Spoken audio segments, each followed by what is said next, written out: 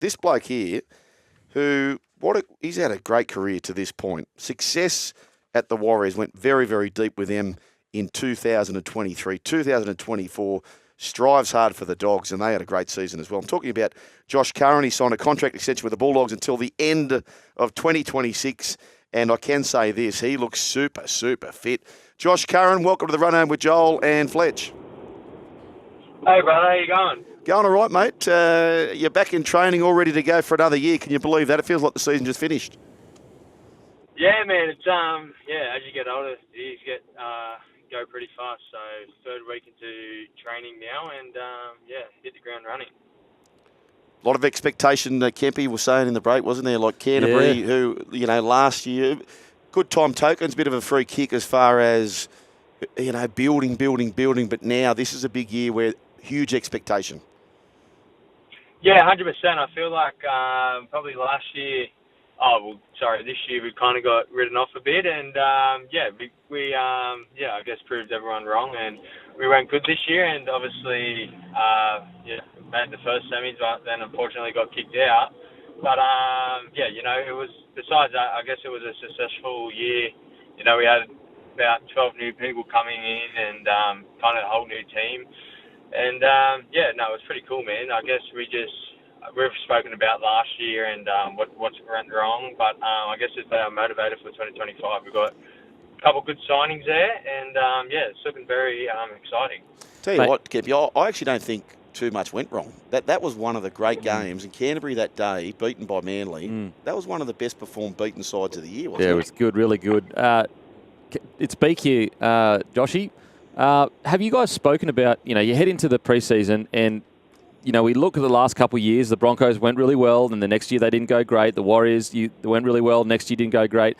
Have you put anything in place this year to make sure that the standard is kept that you had last year, this year? Yeah, obviously, we take day by day, and we try to get 1% better each day. But to be fair, man, we haven't really spoken about last year. I'm sure we'll look at it sometime this preseason, but I guess we can all we have to do is just take day by day and try to get better each day. And we've got a team there that's even at training, it's just the whole team's just there to learn, and it's really exciting. It's been a real good start to preseason. All the boys that came back fit and healthy, and it's looking very exciting. And, mate, for yourself, heading into this year, I don't think you would have sat there and said, I'm going to be a front rower. But, I mean, going into, 25, have you tried to put a bit more mass on, or what? Are you going to change anything? Because I've personally felt you had the best year of your career this year. Yeah, no, honestly, I guess I'm pretty lucky. I'm a versatile guy. I can play lock, front row, second row, and even if I have to, I can play a bit of centre. I was playing a bit of centre at Warriors, but obviously I need to put on some size. I came back into preseason probably a bit too light.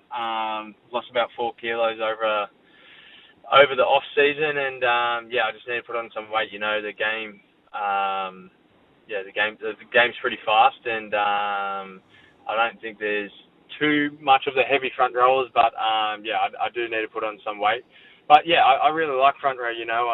It's real fun to get the ball in the hands and get into the game, and I feel like I'm pretty fit. So I feel like our game and our actual team benefits from our size and fitness.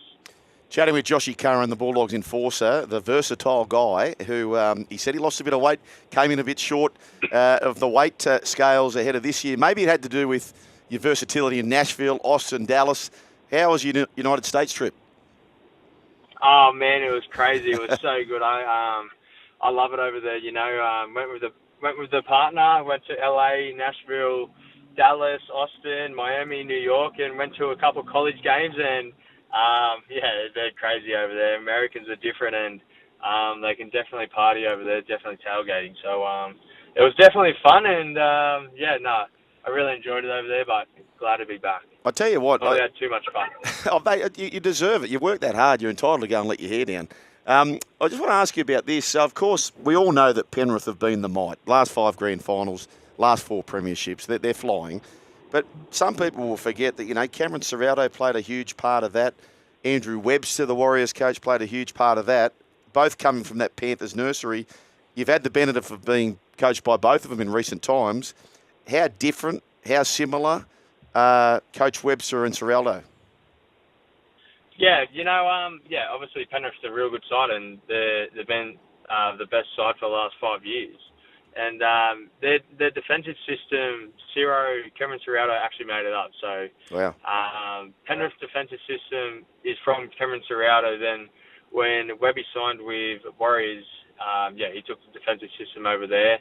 And, I feel like Penrith, and you can even see it in us, like even our defense this year, we had the most missed tackles, but we still were looking after each other, had safeties there, and our points against, I think we came second maybe. We just lost to Penrith in that. So, it does play a big effect, and you can see why defence does win games. And Ciro's really defensive hard, and we always practice defensive training, and you can definitely see it coming out in the games, and also why defence is important. Yeah, I was just looking at this now. So what he's talking. So I think the year before they conceded something like 700. It's the worst defence the Bulldogs had since 2002, and then last year there was a period that you boys were actually better than the Penrith Panthers for tries let in. So it's an incredible turnaround, and I guess. Does it excite you, Joshy, the fact that look how far you came when everyone bought into Ciraldo's systems? I mean, another 12 months of that. Does it excite you how much further you can go? Yeah, 100%. I feel like, it's a bit of a cliche, but like the sky's the limit for us, with our defensive system. And, we got boys there that really buy into it. And if you've got boys that buy into it, it definitely helps. And, I guess last year our defence probably showed what we can do, but it's pretty cool to think that last year was probably our first positive year in defence, and we can only improve and get better. Beak, if you think from a Coach Ciraldo's point of view, if you've got the bulk of the squad who have done this defensive way for 2 years, you now, this off-season, you don't need to spend as much time on it, do you? So that therefore frees them up to do other things, maybe more attacking and those sorts of things. For sure. I mean, and you give Sexton, I'm assuming Sexton's heading into this year as the main man, whereas last year he wasn't. Just quickly, Joshy, we talked about all the positives about the Penrith system and good stuff coming from Penrith, Ciraldo, but surely Critter's music is getting on the nerves by now. Surely that boombox is getting thrown out.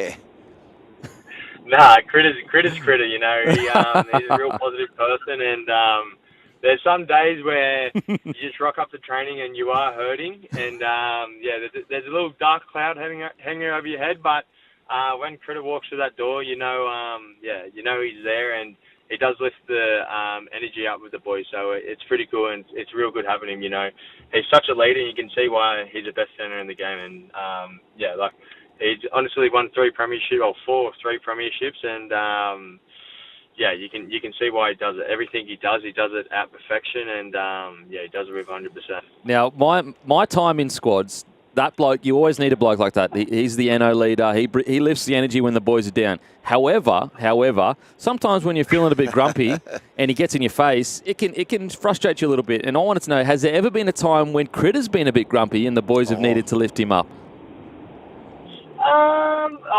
To be fair, I feel like, everyone probably does have their days, but I feel like, you just look around at each other and you can see you're all hurting, and as weird as it sounds, it's probably, you kind of thrive off that, because there's a bloke in your team that's probably hurting more than you, so, it gives you a little lift, but, all the boys are good, man. Like, we come in each day, we know what we're expecting, and, it's a real good culture. Chatting with Josh Curran, very likeable fella from the Bulldogs. Now, Joshy, we just had the AFL draft recently with all the young kids coming through. Now, my spies tell me that there's a certain player in your camp at the moment who was going to go very close to the top for the AFL draft, but to break his mum Danie's heart, he settled on rugby league, Kempy, which Harry's old man would absolutely love. Settled on rugby league. His name's Mitchell Woods. This is a kid who Papua New Guinea have got us beat. They're going to have a rare win over the Junior Kangaroos. Off the canvas, Mitchell Woods drags them there. He's a Bulldogs halfback. What can you share about him? I know he's copped a bit of a hammy injury, but how's he settling into the top squad? No, he's good. He's I tell you what, these halfbacks these days, they can definitely speak. He's a confident kid, and he's honestly, he's trying to learn as much as he can. He's always doing video, and he's always helping out where he can. And I've been pretty impressed with him. As a young kid, he's just coming in each day and trying to learn each day and get better. So that's all you can ask from him. Mate, and who's going to win? If there's an award given at the end of the preseason, who's in the front? Who's the front runner for Pest of the Year at the moment in the preseason? Pest of the Year. Like Toby Sexton's probably up there. Sexton, Sexton undercover.